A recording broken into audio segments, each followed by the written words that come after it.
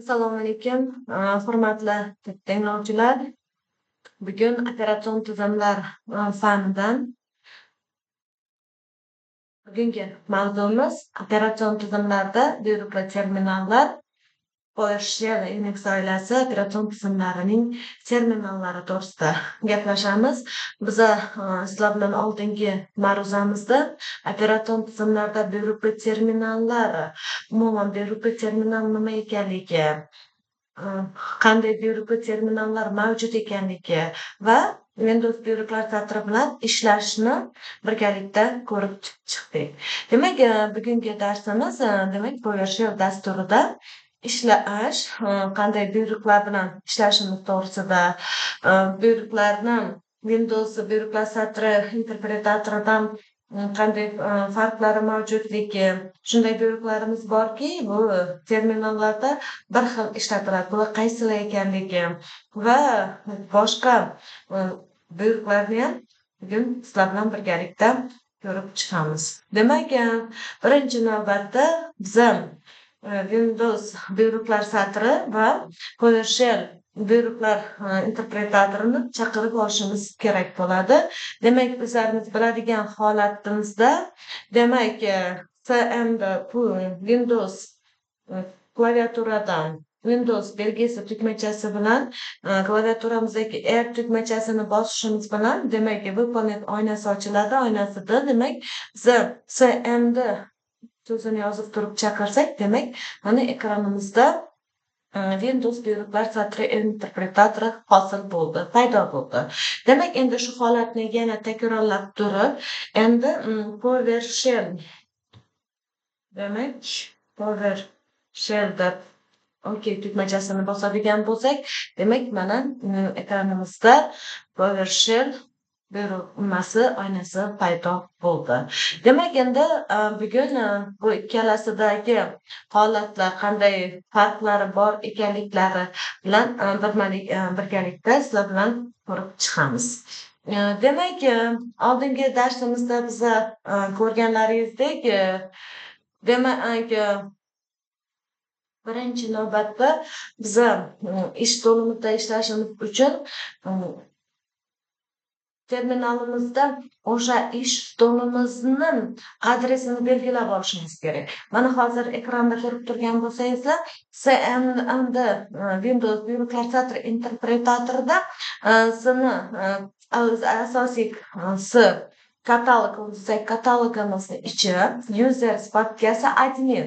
Demak, PowerShellga qaraydigan bo'lsak, demak, lokal diskimiz ichida Windows papkasining ichida System32 papkasining ichida turibdi. Demak, biz birinchi navbatda adresimizni aniqlab olishimiz kerak. Ish stolimizni adresini aniqlab olishimiz uchun, demak, xohlagan bitta papka yoki faylimiz ustida shkonchaning kursorni qo'yib, shkonchaning o'ng tugmachasini bosish orqali kontekst menusidan svойства va bandini tanlab olamiz. Demak, svойства bandi chiqqandan keyin shu рабочий stolimizda biza har bir papkani, faylni turgan joyini, holati, adresi chiqadi. Demak, hozir mana ko'rib turibsizlar. Demak, bizdagi ikkinchi ma'ruza testi faylimizni, ya'ni ish stolimizning adresi lokalniy diskimiz ichida users papkasi admin desktop. Demak, buni ham oldingi holatdagidek ko'radigan bo'lsak, demak, lokalniy diskimiz mana, keyin пользователь, endi bu yerda users bo'lgandan keyin пользователimizdan keyin bilamiz admin, demak, mana admin ichiga kirganimizdan keyin desktop bor ekan. Demak, desktopimiz bilamiz, bu рабочий stol.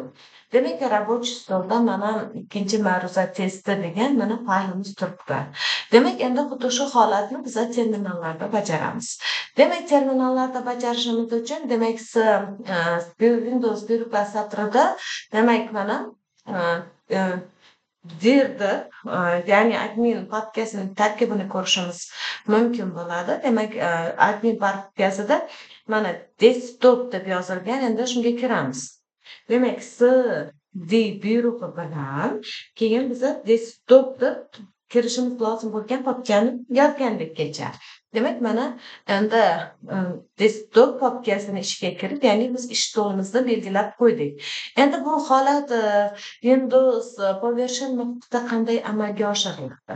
Demak, ekranga qaraydigan bo'lsangiz, hozir mana PowerShell belgisida biza Windows buyruqlar satridagi holat boshqacha. Demak, PowerShellda ishlashimizda uni belgisi mana PS belgisi bilan PowerShell belgisi mana turibdi. Demak, endi biza xuddi CMD'dagidek, Windows buyruqlar satridagidek, demak, buni asosiy desktop ish stolimizga olib kelishimiz kerak. Buning uchun biza papkadan chiqishimiz kerak. Demak, kechagi ko'rganimizdek, xuddi shunga ikkala buyruq papkaga kirish, papkadan chiqish buyruqlari bir xil. Demak, CD 2 nuqta bilan bosadigan bo'lsak, demak, biz System 32 papkasidan biza bir nima uровень orqaga qaytdik, ya'ni papkadan chiqib Windowsga. Keyin endi bu PowerShell muhiti Windowsni CMD buyrug'iga qaragan paytida farq qiladi. Bir buyruqni bir nechta usullar bilan bajarishimiz mumkin bo'ladi. Masalan, ls buyrug'i orqali ham bajarishimiz mumkin bo'ladi. Ya'ni bu yerda kirishimiz uchun ko'proq kerak bo'ladi. Demak, cd buyrug'ini berganimizdan keyin yana mana chiqamiz. Endi kirishimiz uchun nima qilamiz? Kirish uchun. Demak, kirishimiz uchun xuddi shu holat oldingi darsda ko'rgandek, demak, cd users demak, mana hammasini birgalikda ham berishingiz mumkin joyini. Keling,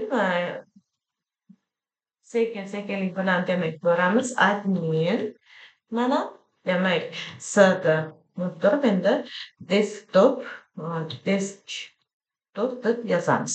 Mana ikkalasida ham bir xil bo'ldi. Demak, mana ikkalasida ham bir xil. Endi biza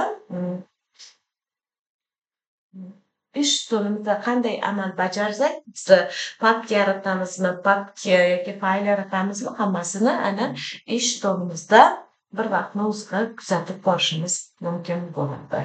Demak, endi birinchi qiladigan ishimiz biz ekranimizni tozalab olishimiz kerak bo'ladi. Demak, ekranni tozalash buyrug'i ls mana demak, bunda ham shu buyruq ishlatiladi. Mana yoki bo'lmasa, masalan, hozir qandaydir bir buyruqlarni chiqarib qo'ying. Demak, mana unda clear bor buyrug'i ham ishlatiladi. Demak, bu kelinglar, hozir iqtidoriy bir Word dasturida demak, bizlar birgalikda ko'ramiz. Demak, ekranni jadval qilsak to'g'ri bo'ladi. Demak, jadvalni qiladigan bo'lsak, demak, buyruqni nomi, demak, bu yerga qaysi muhitda ekanligi, bu yerga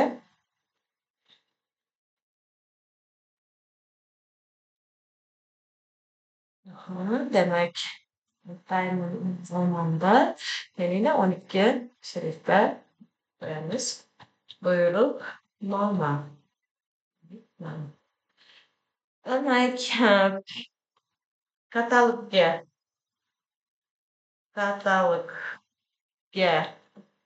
kirish, chiqish buyrug'i desak, demak, bu yerda cd, demak, xuddi shunday cd 2 nuqta chiqadi. Xuddi shu amal PowerShellda ham bajariladi. Mana endi bizni papka yaratish yoki bo'lmasa katalog yaratish. Papka desak ham tushunarli. Papka yaratish. Demak, endi biza oldingi kecha ishlaganimizda, demak, md yoki bo'lmasa mkdir buyruqlari yordamida papka yaratgan edik. Xo'p, bugun qanday amallar bajaramiz? Demak, kechagi md buyrug'i orqali demak o'rganganimizdek, masalan, 999 degan papkani yarataman. Mana qarang. Demak, 99 degan papkani yaratdik. Endi qarang, shuni yana bir usuli mkdir bilan 88 degan papka yaratamiz. Mana demak, hozirni o'zida biza zamda Windows buyruqlar satri interpretatorida ishlaydigan md buyrug'i va mkdir buyruqlari yordamida biza papka yaratishni ko'rdik. Endi bizada bu usuldan tashqari boshqa usullarimiz ham mavjud. Demak, mavjud desktop papkasida, ya'ni joriy papkada yangi papka yaratishni endi biz PowerShell nutqini o'zini buyruqlari asosida ko'rib chiqamiz. Demak, buning uchun o'zini buyruqlari bor. New item. Demak, mana item. Keyin name nomi. Demak, nomi. Endi biz papkaga nom beramiz. Demak, papkaga nom beramiz. Boya 88 ni bergan bo'lsak, endi kelaylik 777 deganni beramiz. 7 keyin item tipini beramiz. Item tipi type. Keyin demak, papkamiz directory deb belgilanadi.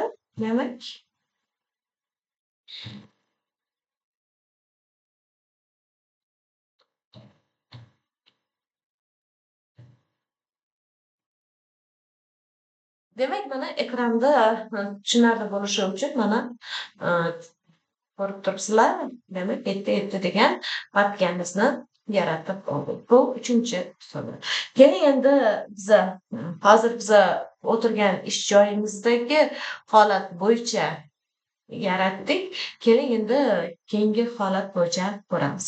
Ya'ni belgilangan to'liq yo'l bo'yicha papka yaratishni ko'rib chiqamiz. Demak, buning uchun keling mana bu yerda tushuntiraman.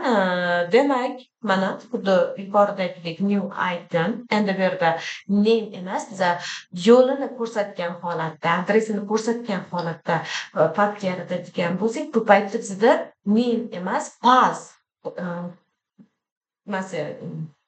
buyruq ishlatiladi. Demak, qarang, qaysi joyda mana user admin bu рабочий stol ekanligini bilamiz. Рабочий stolni o'zida yaratmoqchi bo'lsangiz, demak, qarang. Endi bu yerga kelib, demak, buni o'chiramiz. Endi desktopni ichida 7 papkasini ichida, demak, 666 deganni yarataman. Yoki bo'lmasa, o'sha 7 ni o'rniga 66 qilamiz. Demak, mana 666 degan qiladigan bo'lsak, keyin uni turi, ya'ni type item type direktor papka ekanligini bildiramiz. Demak, keyin mana enter buyrug'ini bajartiramiz. Mana e'tibor bergan bo'lsangizlar, demak, md buyrug'i yordamida, mkdir buyrug'i yordamida name yangi papka yaratish orqali PowerShell o'zini buyrug'i yordamida ko'rsatilgan yo'l asosida, masalan, mana yana 6 degan mana shu joyimizda flash qilib turib, qaysi ichida masalan 555 degan papkani yaratishni beramiz. Demak, ichiga kirib ko'ramiz. Ichiga kirsangizlar, mana ya'ni ko'rsatilgan mana tarafda qo'ying, mana ko'rsatilgan 6 degan papkamiz ichidan mana demak 55 degan papkani yaratishni ko'rib chiqdik. Demak, xohlasangiz o'sha joriy papkani ichida yangi papka yaratishingiz yoki bo'lmasa to'liq yo'l bo'yicha papka yaratishingiz mumkin bo'ladi. Demak, endi agarda papka mavjud bo'lmasa, masalan, asosiy o'zak papka mavjud bo'lmasa, obyektiv holatda yaratilish uchun force buyrug'dan foydalaniladi. Endi men yaratmoqchi bo'lgan papka mavjud yoki yo'qligini tekshirib keyin yaratishimiz uchun uning o'zini ham maxsus kodlari mavjud. Demak, bu kodlardan foydalangan holatda bizni foydalanishimiz mumkin bo'ladi. Demak, mana endi shu tartibda biza nima qilamiz ekan? Buyruqlarni ko'rib chiqamiz ekan. Demak, endi bo'lmasa bu yerga hozir Word faylimizga biza xuddi shu nimasini tushib chiqsak, demak, bundayam shu buyruqlarni ishlashi mana keyin buni alternativalari ko'p ekan. Masalan, new item baz bor mana.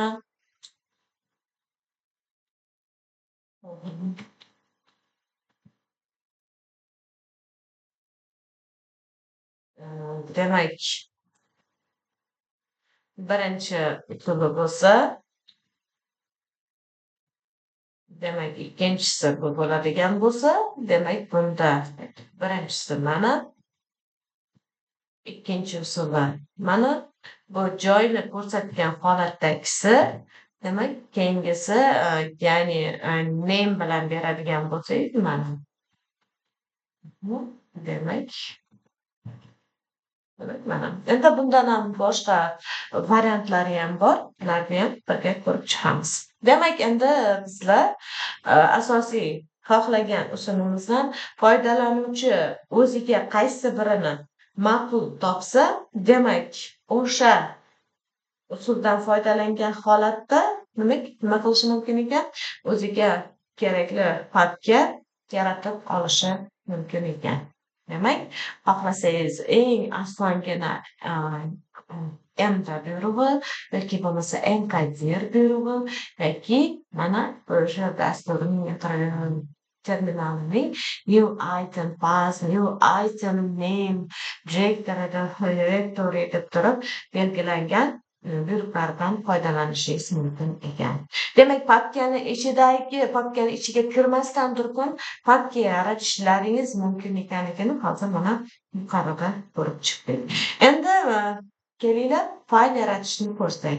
Demak, fayl yaratish uchun qanday buyruqlardan foydalanamiz? Demak, fayl yaratish.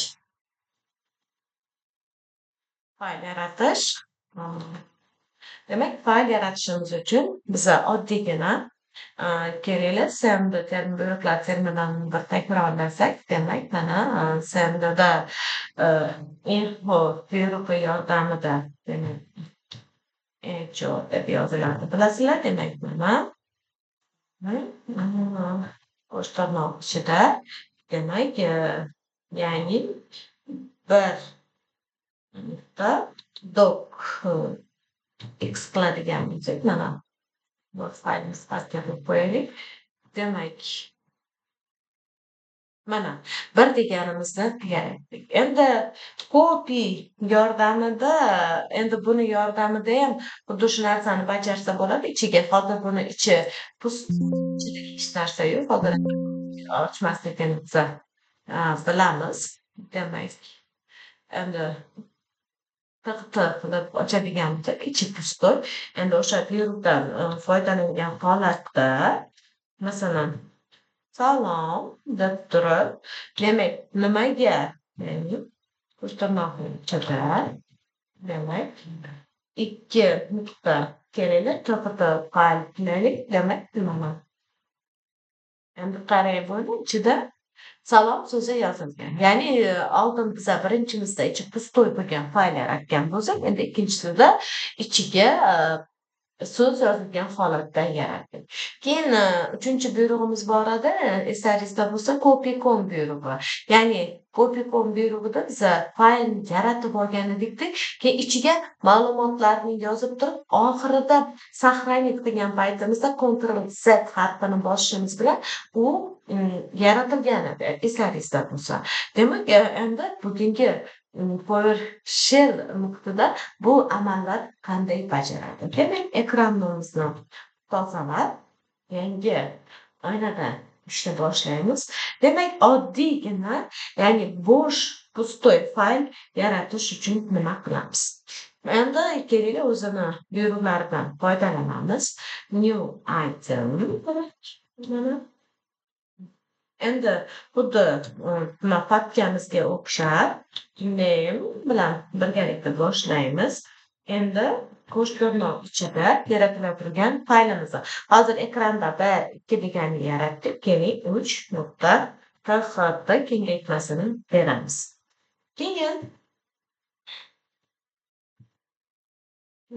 item yana bilamiz. Endi type tipini beramiz. Super. Endi papka yaratish katalog bo'ladigan bo'lsa directory, demak bunda faylni yozamiz. Fayl deb biz fayl yaratmoqchimiz.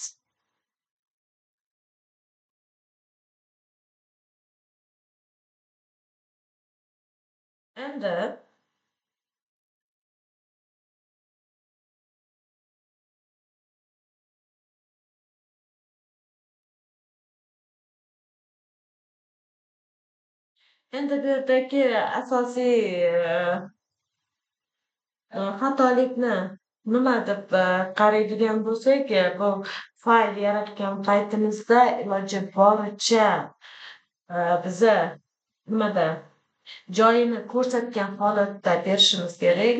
Joyini ko'rsatmaydigan bo'lsak, bu paytda bu faylimiz yaratilmasligi mumkin. Demak, kelinglar, biza joyini ko'rsatib belgilangan yo'l bo'yicha yozamiz. New item, demak biza bu yerda name emas, passni beramiz. Demak,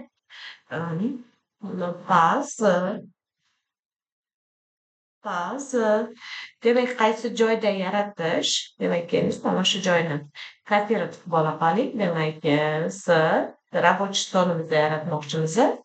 Demak mana endi Ctrl Z yoki Ctrl C tugmachalardan foydalanishimiz bilan ko'rsatkov ichida, demak endi soni ichi usersni ichida, demak desktopda yaratmoqchimiz. Mana desktopni yaratmoqchi bo'lganimizdan keyin, demak mana slash chiziqcha qo'yib turib, yaratilishi lozim bo'lgan faylni belgilab, new item demak fayl qilib belgilaymiz.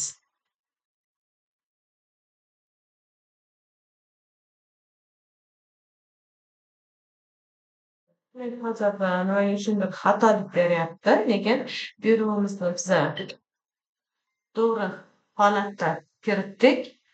Demak, hozir